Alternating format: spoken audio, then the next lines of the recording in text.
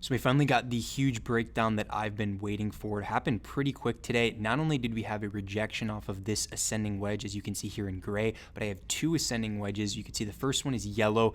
This one started all the way back on January 5th, and you can see we went all the way up. We broke down below with this gap down on January 13th, and we actually retested it the same day, and we got rejected off of that retest, which then retested the downward trend line that we have. This is the one that goes to all-time high. That's the yellow one right here. I know there's a lot of lines. Hopefully make it a little bit more clear here for you in a second, but we did retest this. It held, and then we had an upward trend with a little bit of a gap up today, which was within the last ascending wedge that we formed, which was the gray that you can see right here. It never even made it to the top end of the ascending wedge. It fell straight through, and this candle right here was everything. This hourly candle, we broke straight through not only this ascending wedge, but then the downward trend line, and this downward trend line is very crucial. It acted as a pretty key support so far, and then obviously has also acted as a very key resistance throughout the entirety of this bear market. You can see here that we've rejected it 1, 2, 3, and then also 4 times, and it's not just any rejection. It's been a pretty pronounced reaction every single time that it's touched it. So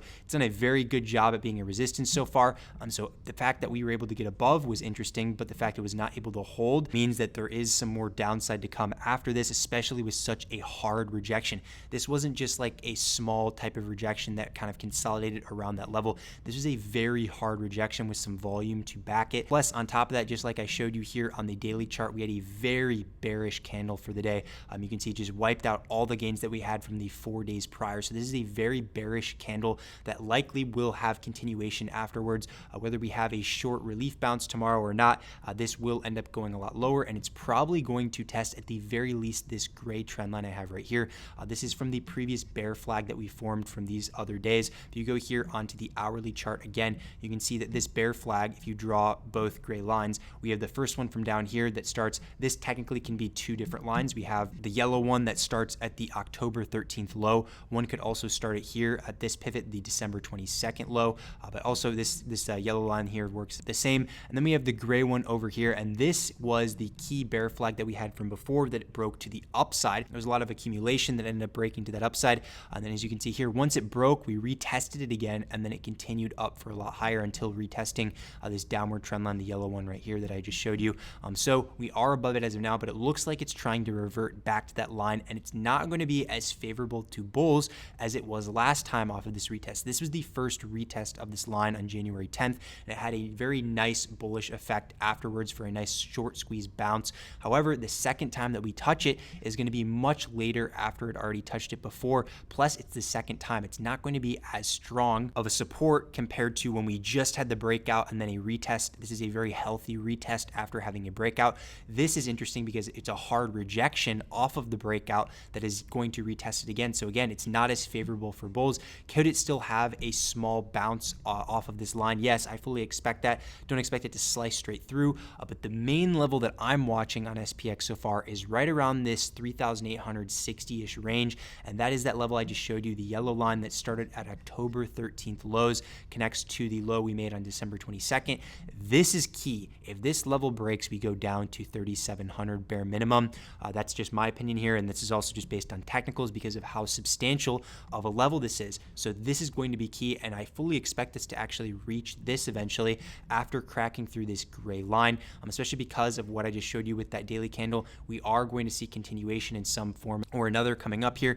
So I expect this level to get tested, and this is key. This is the big fight between bulls and also bears around this level. Going to be very interesting to see what type of reaction we get off of it because this is going to set up the trend for the next month or two.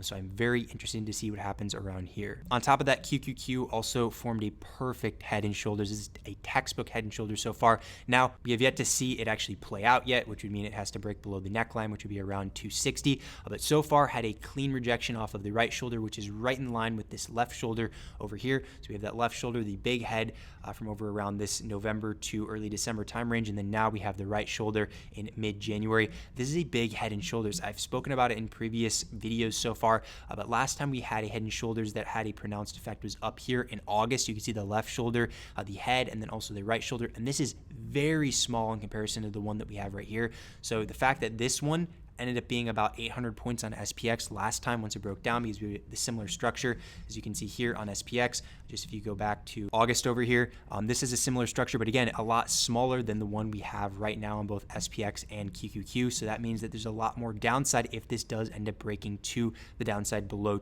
the neckline of 260 here. So this is something to watch, especially with the similar channel we have compared to SPX. We have the downward trend line that starts at all-time highs from up here, and then also the bottom line, which if we were to revert to, that would be around like the 220s if it were to go back to around this level, 230s at the highest of this level. So very interesting channel we're in right now. It is yet to get back above. You can see here, it's tested it twice now, or almost, I guess.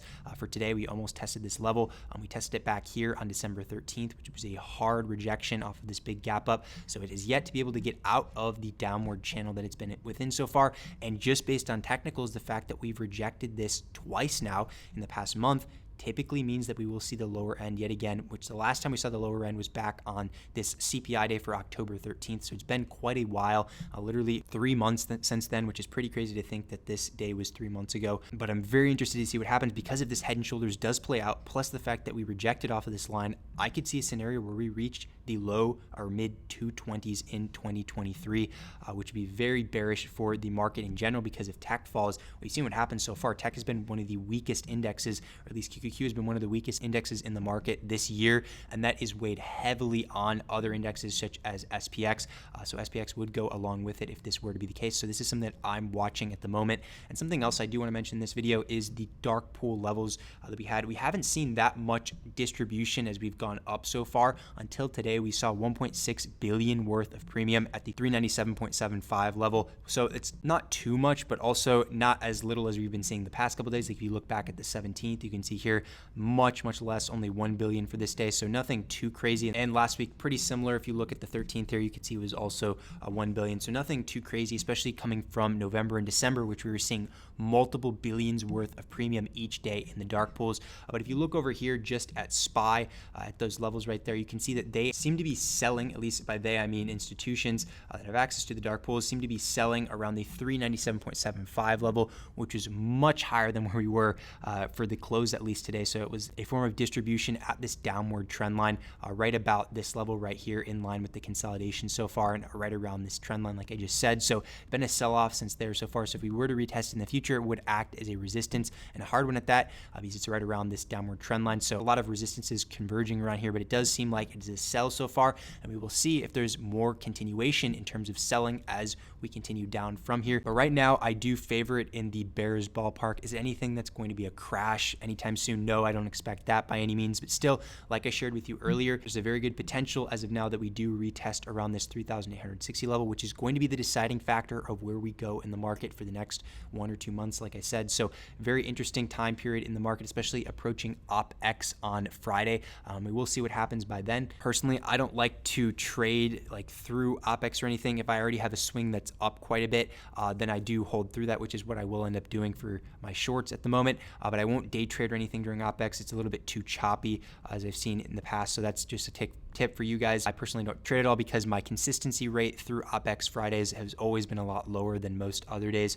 So I don't plan on day trading at the very least, or scalping during that day. So it's best to look back at your previous performance for other OpX days to gauge if you want to do something like that, or at least day trade during that day. But still, it seems like we will be going lower into the next couple weeks so far, at least into this 3,860 level. And just looking at some other tickers right here, you can see Apple did have that very nice bounce on our macro trend, or at least the macro channel we've been trading within so far. You can see 3 times it's rejected off the top level, and then we've also had it as a support many times in the bottom, and did act as a support yet again over here around the early January time period.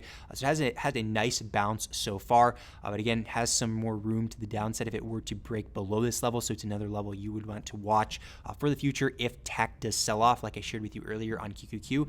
If tech were to fall below the neckline here of around 260, you'd see a convergence of Apple falling below its own trend line right here, which would mean a lot more capitulation to come for Apple. So do mark this level on your charts. Not anything that's super time sensitive for the moment, but still something to watch, at least for the future. And one last thing to watch for is the Dow Jones. Remember, it has its own downward trend line that it actually broke out of. It's the only index, at least of the major indexes, that has broken out of its own downward trend. Again, QQQ, SPY, IWM, they haven't broken out of their downward trend from this bear market yet, but the Dow Jones did, and it did retest it as of mid to late December and bounced off that retest, but it did have a very hard rejection day, negative 1.81% on the day, which is very rare for the Dow Jones. We've seen more so of those days for SPY and maybe even QQQ, but that's a pretty volatile day for the Dow Jones. So very interested to see what happens here after this rejection, because if it does fall below this downward trend line, that means a lot more weakness to come for not only the Dow Jones, but also that will weigh on the market. Again,